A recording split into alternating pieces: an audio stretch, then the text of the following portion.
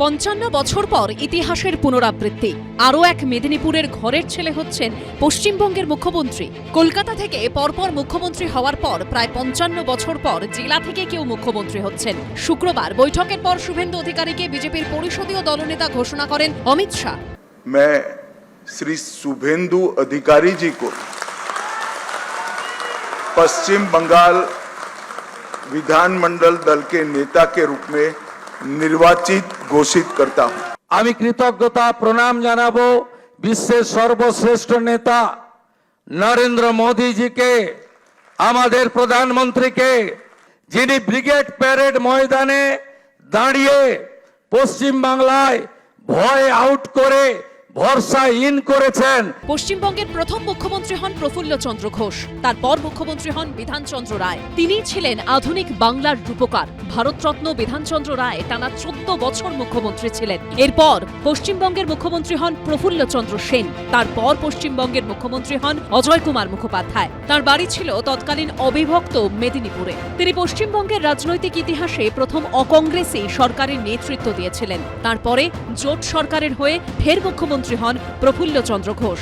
1969 সালে ফের পশ্চিমবঙ্গের মুখ্যমন্ত্রী হন অজয় কুমার মুখোপাধ্যায়। 1971-এ শেষবার অজয় কুমার মুখোপাধ্যায় পশ্চিমবঙ্গের মুখ্যমন্ত্রী হিসেবে দায়িত্ব পালন করেছিলেন। তার বাড়ি ছিল তমলুকের মালি জঙ্গলে। তখন ছিল অবিভক্ত মেদিনীপুর। তারপর মেদিনীপুর দুভাগে ভাগ হয়, পূর্ব মেদিনীপুর ও পশ্চিম মেদিনীপুর।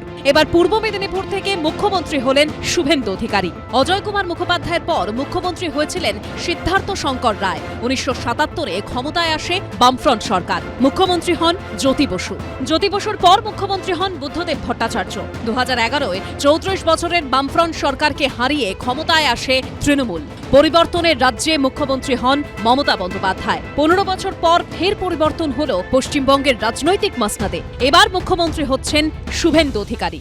আগামী দিনে আপনাদের স্বপ্ন পূরণ করার কাজ ভারতীয় জনতা পার্টির সরকার করবে। मैं आज भारतीय जनता पार्टी की ओर से बंगाल की जनता को विश्वास दिलाना चाहता हूं, भाजपा के शासन में न एडमिनिस्ट्रेशन का राजनीतिकरण होगा। শনিবার ব্রিগেডে শপথ গ্রহণ করবে নতুন সরকার। শিবাশিস মৌলিক, উজ্জ্বল মুখোপাধ্যায় ও অনির্বাণ বিশ্বাসের রিপোর্ট, এবিপি আনন্দ। পরিষদীয় দলনেতা নির্বাচিত হবার পর নিউ টাউনের বিশ্ব বাংলা কনভেনশন সেন্টার থেকে দলীয় বিধায়কদের কয়েকজনকে সঙ্গে নিয়ে লোকভবনে পৌঁছন শুভেন্দু অধিকারী।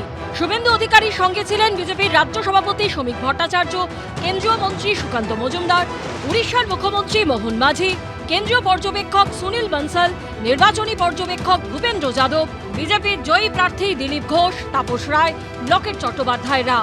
রাজ্যপাল আর.এন. রবির কাছে সরকার গঠনের প্রস্তাব পেশ করেন তিনি। এই মুহূর্তে আমরা দাঁড়িয়ে রয়েছি লোকভবনের সামনে। লোকভবন থেকে বের হচ্ছেন বিজেপির প্রতিনিধিরা।